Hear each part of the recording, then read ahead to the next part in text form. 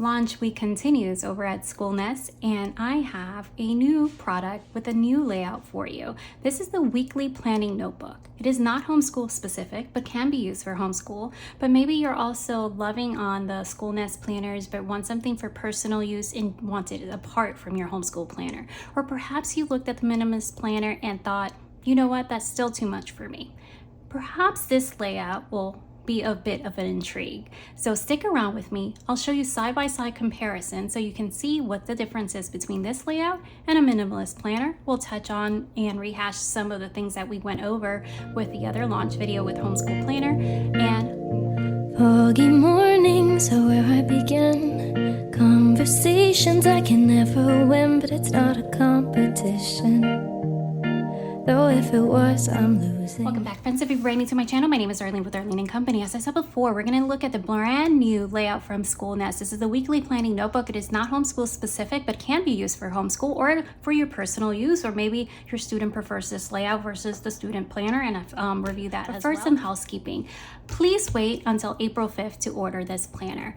There's some final tweaks that Amazon needs to approve, and so just go ahead and wait till April 5th if this is the planner for you. So this, if you're watching this in the future self, April 5th of 2024, make sure to wait till then, and then you should be in the safe zone. If you have any questions on that, feel free to DM. Planner is basically like a beta testing, so she may come out with additional covers. She's still playing around with different ideas. Has been an answer for a lot of folks that just still feel that the minimalist is just still too much. I'm going to show you, if you missed my video walkthrough of this year's homeschool planning launch, I have the minimalist planners there. I also compare the maximalist, as I call it, the big one, and show you the difference with that. And we also touch on this layout as well. I will also add the link once it's good to order. I will add the link in my description box below. I will also announce it over on my Instagram and also right here in the community tab. I want to show you the width already. So this is a 12-month undated planner. All the planners this year are a full 52 weeks. And that is, mine was put into the mailbox very aggressively. I'm not sure why it did not come to my door, but it did not. I went on the long hike to my mailbox and it was shoved in there. So yours is not going to be like this. It's going to be pretty. And you know, if you ever receive any of the notebooks and they got banged up, just contact Amazon. They're really, you know, you guys know, they'll exchange it. No issues. About the width of one of your school notebooks. So it's even slimmer. This is the minimalist homeschool planner. This is the weekly planner. This is big boy. All right, so you can see there's quite a bit of a difference. And this is the companion notebook. So it is comparable to the companion notebook as well, that you can get in multiple colors. And I covered that in the other video. So we won't spend time on that. All right, so let's walk through this planner and then I'll show you some side-by-side comparison. You know what, like I said, I'm normally not a flower person, but for some reason I've been hitting the whole retro vibe. This is like a pouch from Easy that has, you guys saw it in my other one. And I have like all kinds of stuff with this type of vintage flower print. I'm not sure what is going on with me, but I'm digging it. As you guys know, this is the softbound printing from Amazon, and it's kind of feels like velvety to the touch. It's not a lay flat design, however it lays pretty flat once you've worked it in, and I haven't cracked the spines yet, so, and I beat them up. You have the weekly planning notebook with a grid page in the background when it says year here.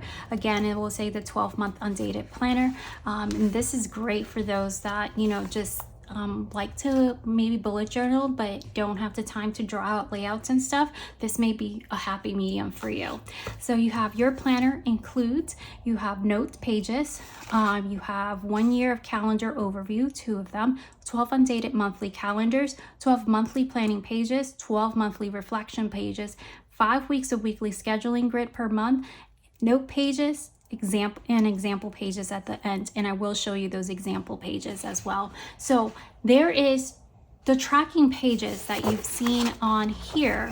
you're not going to see the same tracking pages. However, you still have some journaling pages and you still have some open-ended pages in this planner that you can convert in whatever you need to. So if maybe there is just maybe one tracker that you really like from this planner, you can create a layout for that in this planner because you still have some journaling pages for it. All right, so you have the first opening is just notes, and again, you can just write nothing on there. I do like the font that she chose for this, and it just gives it a different little flair from the homeschool planners. And then again, 2 more additional notes. What I like to do with these type of pages is I like to create a teacher dashboard if this is the purpose you're going to use it for. But even as a personal planner, you can make like a little dashboard with post-its, and I usually have that in all my planners. And I can show you that in Big Boy here, and I've kind of did it a little bit different this year. Normally they all have the same side post-its. This time it was just a bit different, but that is Sage from the current school year. Here you have the calendar pages, which are going to be a little bit similar to the calendar page. One that designates calendar and the other one that's open-ended in your minimalist planner. As you can see, they both say calendar on this side, and they have a different calendar page and then an open-ended calendar page, or whatever you determine to be. Then here it's going to have where this can be a attendance tracker, this can be a tracker for something else, whatever you would like it to be. So you have 2 different forms of overview for the year: a traditional like 12 box one with the grids, or your ones that looks like your attendance tracker. But if you don't need it for attendance, then you don't need to do that. So that will look like your daily tracker that is in your minimalist planner. You'll still have one of those here. You have some open spaces in the margins that you can go ahead and add notes, and I'll give you some ideas when you see the samples that she has included. So here is on this side, you will see that there is grid lines, so not dot grid. Grid lines is life for me. And then the shaded circles. Now the big major difference here, if you have a minimalist planner or have been looking at that before, you know that your months are all together, and there's a reason for that. I won't get into all the nitty gritty because it's been hashed time and time again, but they're all in the front. Here you can see that it follows with a month of reflection and then goes straight to the other month. The difference here is you're going to have your 2-page monthly spread. You're going to have your weekly spread, your weekly plan, and then you're going to have all your weekly pages following that, and then you're going to have your monthly dashboard. So your months are in between the weeks. So you're going to have your monthly spread, your dashboard, followed by 5 weekly plan pages, and then start again. So it is in between. So for those of you that your brain is just wired to have those pages in between, and I'm sorry, there's going to be some background noise. There's life happening here, and this is the only time I can film this, and we're about to go on vacation, and I really wanted to get this out to you guys before I did. So please, I apologize for the sound in the background. This is how it's gonna be, because like I said, there's life happening. Oh my gosh, somebody's turning on the vacuum. Why? Okay, anyways, so for those of you that really must have the months in between, this is the planner that will give you that. Plus, if you needed like a big boy, the other design, just to point that out, the other design that has the months in between, if you need the homeschool planner, is the yellow bouquet planner. That one has also the months in between, way back when in between. So anyways, you have, so let's go back. You have the 2-page monthly spread. Because this planner is thinner, you're gonna break this in a lot quicker. As you can see, this is a brand new planner. I already know how all the spreads and everything, because you know, I get a little heads up. But this planner is already laying pretty flat for me. It's of course not a true lay flat, but it's gonna be a comfortable right for you, and you know, lefty friendly too. All right, so you have right here a little dashboard. This month you can do some brain dumping here. You can outline what your main lesson blocks if you're using for the homeschool. You can do all kinds of stuff. You have an open banner right here that you can decide whatever you like that to be, and go ahead and have these little check boxes on the side that you can check off as you're doing this. Here it says schedule, but if you do not need it to say schedule, you can put a washi or something over that and have it be something else. Here on these lines, you can have this as you have minimalist planner, or no, actually, let me show you here, because this one has what I'm trying to explain. Okay, so here, before, and this is the current year, it had Monday through Sunday on here. So if you want to keep that going, you definitely could just write it in. This is the minimalist planner. Here's the weekly overview in this planner. So here it says this month instead of weekly overview on this side. It's gonna have this month and the this dashboard here, whereas here it's gonna have weekly overview and then this what used to be goals and schedule on here. So again, it's more open-ended, so you can decide what you want to write on those blocks, but you can go Monday through Sunday here. So if you have things that are designated that comes out every single week, or maybe you want to do some habit tracking or whatever not on there. So here's the biggest thing. This is a unique and different layout. This is different than even the student layout, and I'll link the student planner down below. Yes, there's new covers coming for the student planner. So here you're gonna have the weekly plan. You're gonna have the same thing as we see your weekly planner in a minimalist planner. It is the same weekly spread for your big boy, okay, for your maximalist. So you have this year, you have the months that you can highlight, circle, or whatever you like to do. And the week of is on the bottom. That is your minimalist planner. This one has no square, the subject boxes on here, but you still have space to add subjects or draw lines if you prefer that on here. Now this other way that you can use it is people that like to do time slots. So right here in this space, instead of using it as a checkbox or whatever not, you can actually write 7, 8, 9, 10, whatever, or even do half hours if you need to. Right here in this banner, so one of the things, I do main lesson blocks. So to me, I always feel so constricted by these boxes that are typical for homeschool lesson planners. So if my first main lesson block really goes up to here, I can make this whole banner and draw a line here and just make it main lesson block A, and then break, then there'll be just a little, I can dictate how wide I want these boxes to be and just put the titles of them here. And you also have that space on the second page, so you don't have to look over here and say, okay, what subject is this? What am I looking at? You can see it right here and write down the same thing that you have there or there over there.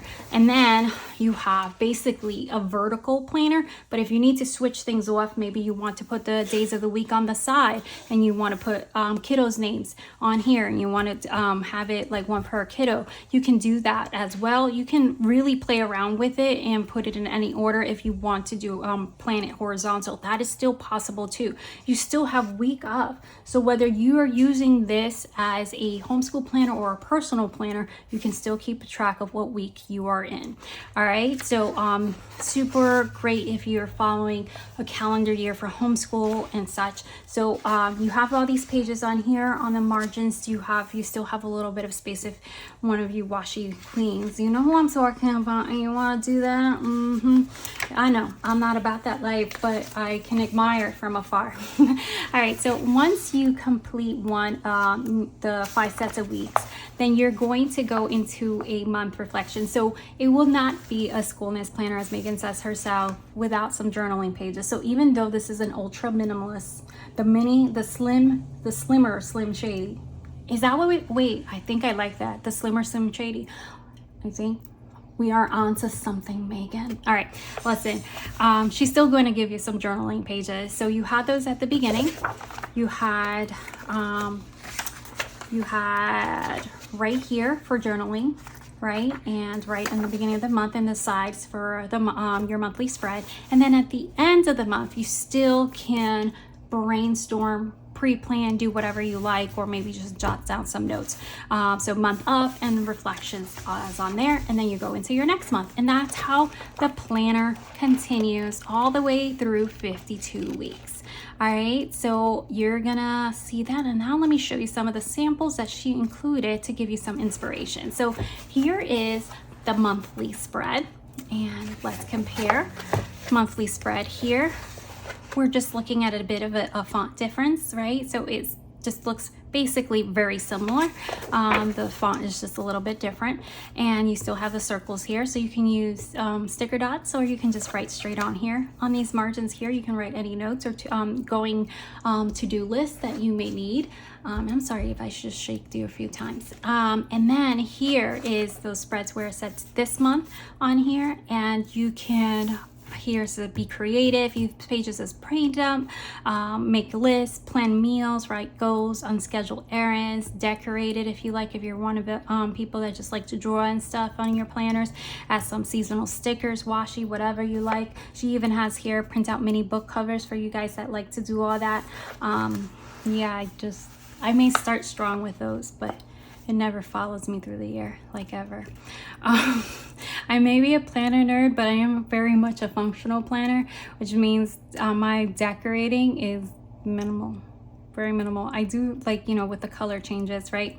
So here, make your own heading, whatever, like I said before, whatever you need to, you know, keep track of running to-do lists, running errands, whatever not.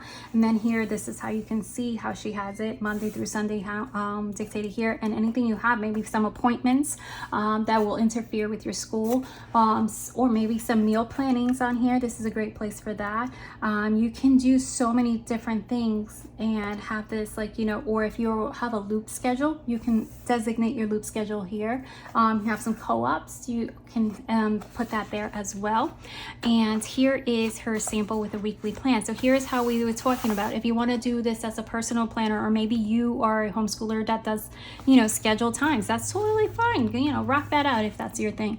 Then you can put those times right here in the little box that you see, and go ahead and, like, you know, shade areas in, if this is like your work time or whatever not, or if that's the time that you do your morning circle or dinner plans, you can do that as well. You can see how she highlights it here. Here is where she gives you an example if you're using this as a homeschool planner, and you can, this is what I was talking about. See, you have like a wider shade because maybe this is a bigger subject, and a lot of times what I find is you have this boxes, which, you know, all this is awesome, but I have these equal boxes, right? But some of my subjects only require one line, right?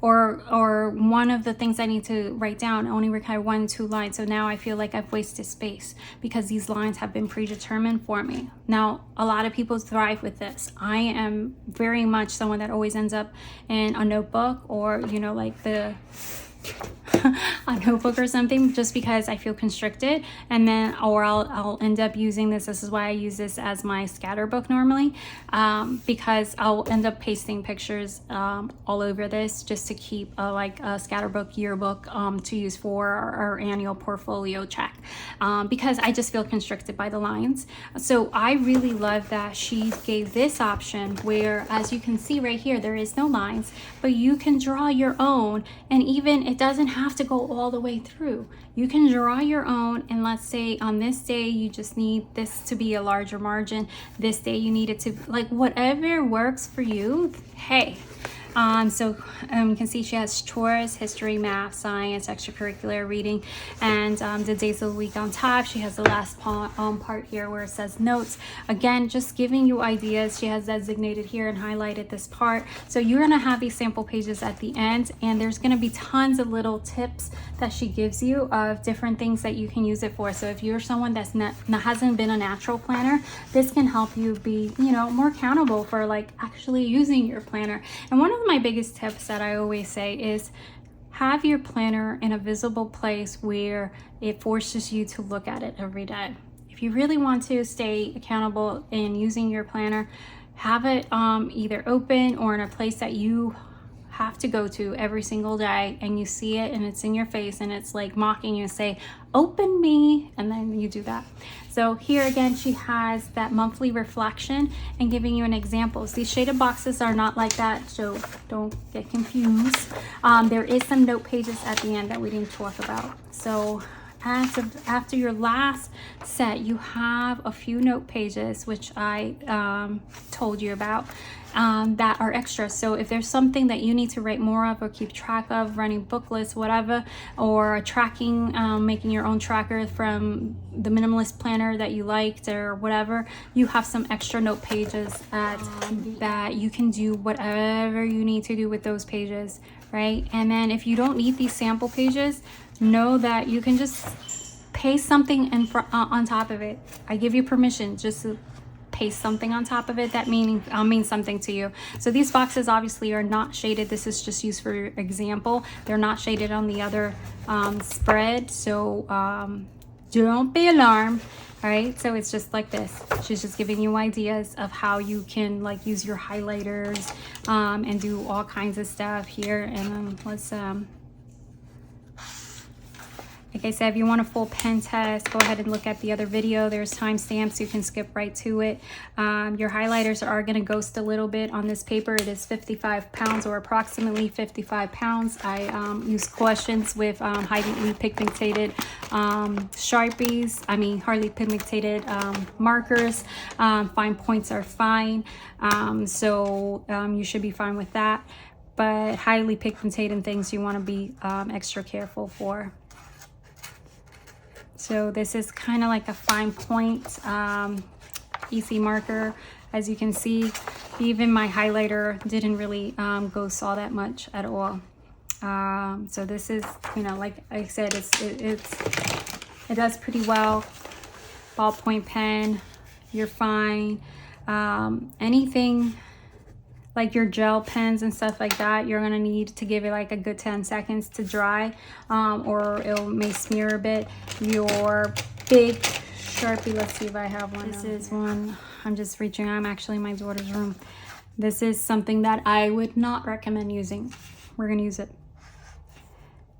All right, because your pressure is gonna vary. You're gonna see a little bit of ghosting, but if you still want to use it, it's really not that bad. But I just would use caution with markers that are a little bit thicker. This is, can't even see that. Like, why would I grab a green one? Anyways, that's a gel pen. You see it's on my finger. You need to give it like a good 10 seconds. This is not EC paper that is like Mohawk paper that is gonna suck it in. So you have to give it like a good 10 seconds and then you're fine. So let's do that again. Let's do that with a color you can actually see. This is a gel pen for you gel pen lovers. I'm not a big on using gel pens.